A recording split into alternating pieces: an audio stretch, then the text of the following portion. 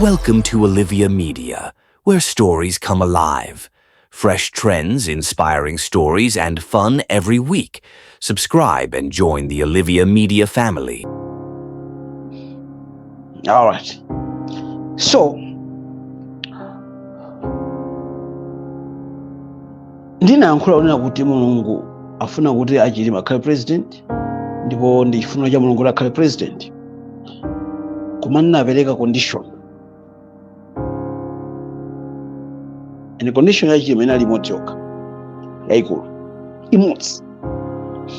Ndinanena kuti pali mapulani ambiri onena kuti awononge tsogolo la Achilima.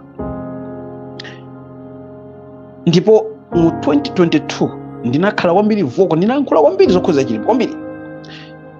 Ena mukhoza kupita pa Facebook mukanga ndi maprofesa amene ndinapereka kumapeto kwa chaka cha 2022 ndi kumayambiro kwa chaka cha 2023. Chifukwa January ya 2023 ndinabwera kuzayankhula kuti chifukwa kuchonena kuti Achilima sanapange condition imene Mulungu anawapatsa. Mulungu akuti ufumu wako walandidwa, koma akasaka Mulungu azapanga restore. Nani azimenezo? Now, kuchitira kwa ena ino amene mmanena kuti bwanji anthu osuma nawo, bwanji anthu osuma auze, ndikutsimikizireni lero ndiyakhala kuti ndinapita live ndi ma professional, ndimafuna ndibweretse zinthu zina, ma message ndi zina zotero, before ndipanga ndi phone. Tinapanga communication, all right, yonena kuti tikumane, very important, koma sizinatheke. All right, I remember na nthawi inayake imene ndinauzidwa kunena kuti ndipite ku office kwawo, but see, unfortunately ineyo mmene maitanidwa anga alili ndimapanga zinthu mmene Mulungu akundiuzira, and sindipanga zinthu mwina mwake mmene sindikuyimvera mu mtima mwanga mundipange choncho. So pa nthawi imene ndinapatsidwapo anandiuza kuti tinalandira foni kuti tipite ku office kwawo, koma ndinanena kuti no, abwere, so I couldn't travel. I said abwere because Mulungu andipanga direct. So that was the first time. The second time, I understand anthu anga anandira ma calls komanso ma message ochoka ku office kwawo, sikale koma imene sikale kale kwambiri, right, ndi kumambiro kwa chaka chino, sikale kwambiri. The other one was last year, but this was now kumambiro kwa chaka chinochi, right, kumambiro kwa chaka chino. Munthu anazipanga identify yekha kuti mati ndani umeneko ndinazandaso khoina mati ye ndi mbale wawo, something like that. Anyway, koma then again I think sizinateke because nthawi imene zinkakhala kuti okay mwina tikumana ndimene naso kutuluka, nthawi inayake I remember now zitumana, I think ndikuti zitulukaso m'Malawi, right, ndikuti zituluka m'Malawi, so zinali zosateka. All right, koma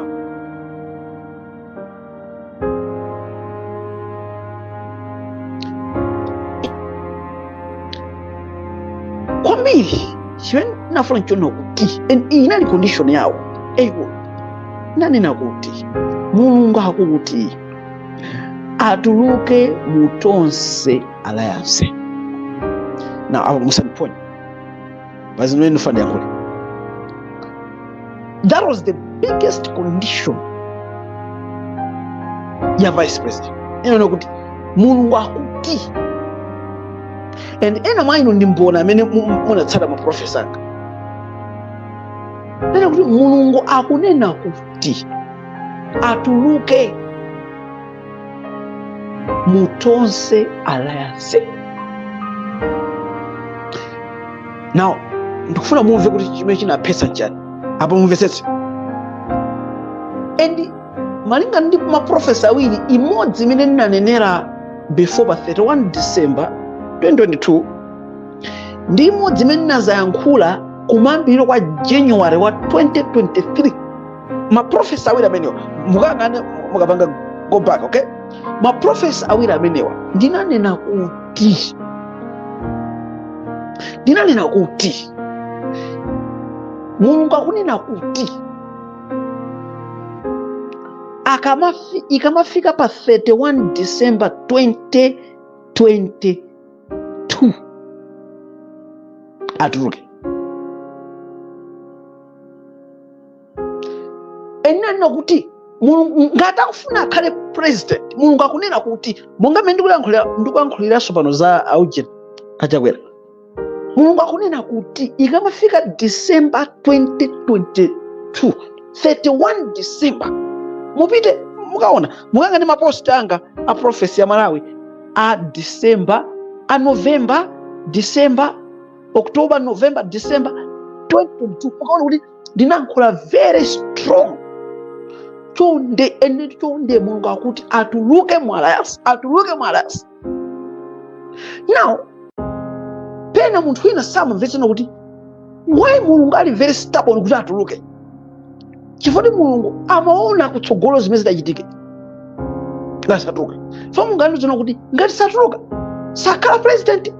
Pa nthawi yake imene nanenera kunena kuti zimene a vice president akukonza maplan azapanga backfire. Nani zimenezo? Mulungu akuti atuluke. And ngati mukukumbukira bwino kwa ina amene mmanditsata, itafika pa 31 December 2022 titangolowa January ndinayankhula monena kuti Mulungu akuti it's over. Ndangati amene mukumbukira ime ngati manje ngati mukumbukira prophecy janena kuti Mulungu akuti ngati satuluka mutonse alliance ikamafika pa 31 December 2022 Mulungu akuti it's over, sakhalanso president. Ndangati amene mukumbukira prophecy imeneyi ngati manje ndangati amene mukumbukira prophecy imeneyi, right? And after 31 December 2022 mnayankhula kuti Mulungu akuti it's over. And guess what? Ndikuze a vice president pang'ono anamvera ndithu zimene nikauza. Anamvera. Because panali nthawi inake mu December 2022 ankafuna apangise press briefing yoti afotokoze zokuti akutuluka. Pang'ono koma vuto lonena kuti nthawi zina zake munthu zimatheka kuti akufuna amvere mneneri koma tanthu tinatake topepera topusa mbali ta Satana tosafunira zabwino timabwera nkukuza kuti bwana mwana amene musamvere, musantenge serious, mwana amene amangoyankhula amene uja zake maloto amangoyankhula. So kuchokera mukafukufuku amene tinapanga tinapeza kunena kuti panala Satana ngati amenewo owazungulira amene auza bwana musamvere mwanayo. Malingana nkafukufuku amene tinapanga napeza kuti panali dzanthu za Satana.